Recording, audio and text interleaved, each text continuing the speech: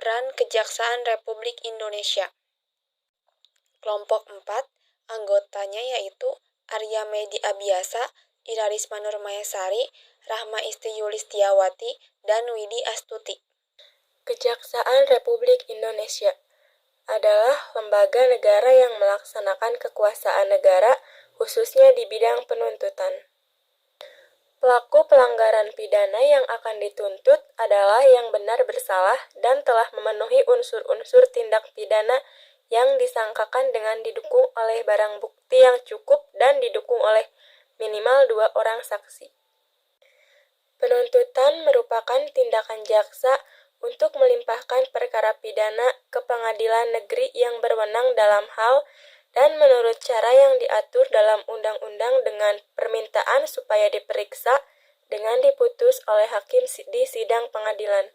Untuk mengefektifkan perannya, lembaga kejaksaan di Indonesia memiliki 3 tingkatan, yaitu 1. Kejaksaan Agung di tingkat pusat yang dipimpin oleh seorang jaksa agung.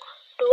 Kejaksaan Tinggi di tingkat provinsi yang dipimpin oleh seorang kepala kejaksaan tinggi atau kajati. 3. Kejaksaan Negeri yang berada di tingkat kabupaten atau kota yang dipimpin oleh seorang kepala kejaksaan negeri atau kajari.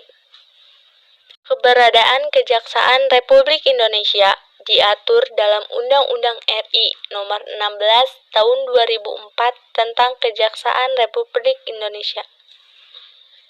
Berdasarkan undang-undang tersebut, kejaksaan sebagai salah satu lembaga penegak hukum dituntut untuk lebih berperan dalam menegakkan supremasi hukum, perlindungan kepentingan umum, penegakan hak asasi manusia, serta pemberantasan korupsi, kolusi, dan nepotisme atau KKN. Kejaksaan RI sebagai lembaga negara yang melaksanakan kekuasaan negara di bidang penuntutan harus melaksanakan fungsi, tugas, dan wewenangnya secara merdeka, terlepas dari pengaruh kekuasaan pemerintah dan pengaruh kekuasaan lainnya. Adapun yang menjadi tugas dan wewenang kejaksaan dikelompokkan menjadi 3 bidang berikut. 1. Bidang pidana. 2. Bidang perdata dan tata usaha negara. 3. Bidang ketertiban dan ketentraman umum. Bidang pidana. 1. Melakukan penuntutan.